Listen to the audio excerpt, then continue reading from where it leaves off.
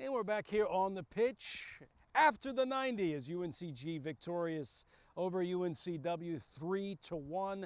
They are now 8-2-4 on the season.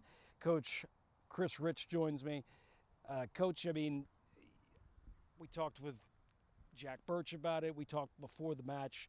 It's a team that's dangerous, well coached, but it's all about not allowing them to believe in themselves and kind of suck that out of them. Yeah, for sure. Wilmington's a very good team. Coach Heaney does a fantastic job. We knew it was going to be a difficult game. It was important that we responded from our last performance or our last game, and we did. For the most part, we were very good tonight. We controlled the ball very, very well. We were able to get them in a low block for the majority of the game. I think they had a spell for a bit in the first half, and they had maybe the first 5 minutes of the second half. They had a bit of momentum. Then we got control again. We were good. We scored 3 very good goals. Nice to score a set-piece goal. That's important for us. And to score 2 other very, very good goals as well. And we probably had a 4th one out there late. We had a couple ones where we didn't score. But overall, the guys played very, very well. It's important for us to play well here, compete well here, and I think we did that. Yeah, and I noticed that you did like to get UNCW in the low block, but it was also when they decided to creep up, play a little bit higher, where they got a little, I guess, riskier. It seemed like you guys said, all right, you're going to dare us to use our speed, and it kind of worked well for you. Well, I think we just got to be brave. We can't control what the opponent does, right?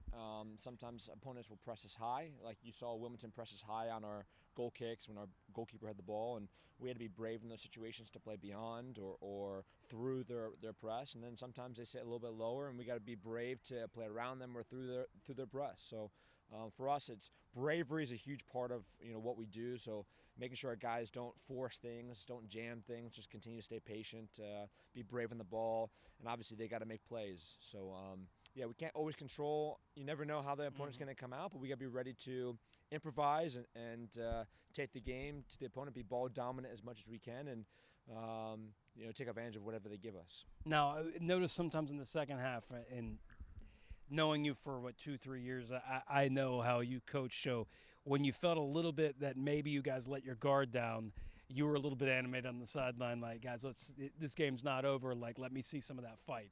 Is that fair to say? Yeah. Listen, we conceded a bad goal. I thought the goal was avoidable. Could be a foul, maybe not. But it's definitely avoidable for sure.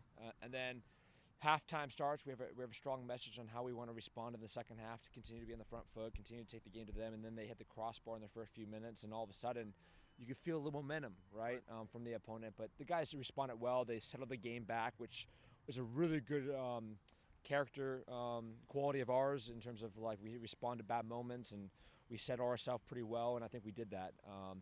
We obviously, I have too much respect for the opponent and too much respect for college soccer to think we're ever comfortable, right? We have to continue to go forward, continue to make plays, and the third goal was very important. You could tell that took a little wind out of the game, got control, and then we had a few more opportunities after that. We could have got a fourth, but until you get that third one, it's a close game, and the opponent still believes. So it's very important that we take care of business in those moments. And since you got here to UNCG, your standards, your belief, sometimes maybe a little lofty, but I love it, and I think the fans do too, is like your standards are, we expect to win the conference, we expect to host, we expect to get to the NCAA tournament, we expect to be in the RPI of top 20. And how has that been able to push that, or do they feel like it's too much, or how have you been able to just kind of sell it to your team? Yeah, I don't know any other way, to be honest. Why do it if you don't have big ambitions? We have a great university here. We have a place that really supports men's soccer or supports soccer. We have a great facility to play in. We get pretty good fans, right? We have a lot going for us, so why not, right? It's difficult. It's difficult for sure, but for us, we want to compete at the highest level possible, but we believe we can beat anybody, right? And it's not always the case. You're not going to win every game, but we certainly have that intention. Our league's very good this year. We respect our opponent. Obviously, Wofford beat us last game. We had a difficult game against Furman, a difficult game against Mercer, and that will continue. So, but we have high ambitions, and we want to continue to go for sure. All right, we're here after the match, after the 90. as UNCG victorious once again. They are undefeated here on their home turf at UNCG Soccer Stadium. The final 3-1, the 20th meeting between you guys and UNCW. It's been back-to-back year after year. I thought we were going to see a 2-0 scoreline for the final again, but this time a different script. But you guys really responded well, leading 2-0. They came back with a goal, and then it was all about trying to kind of put them to bed. What kept you guys in the match and trying just to break their spirits? I think exactly what you just said.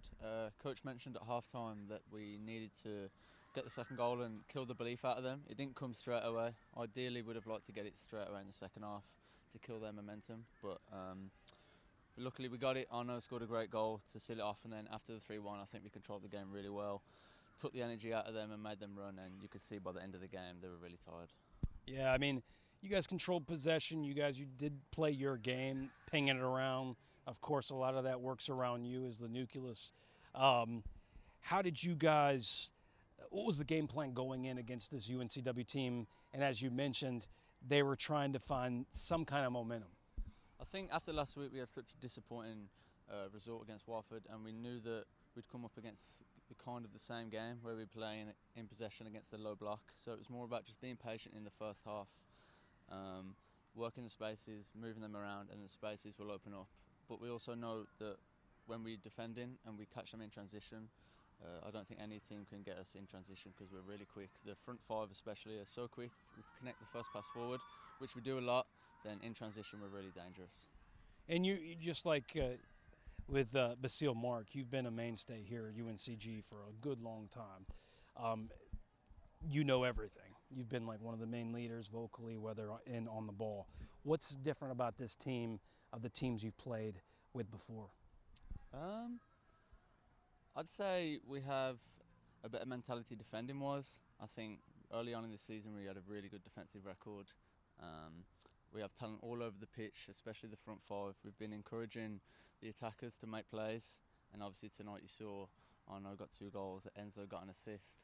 And we have responsibility at home to perform, and that's what we've done all season. So it's been a really good season so far.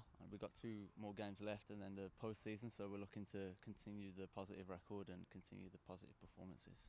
And how's been your stay from over the pond to here in the States? You've been here for a while. Yeah, I've been here, this is my 4th year, my senior year, but I've loved it.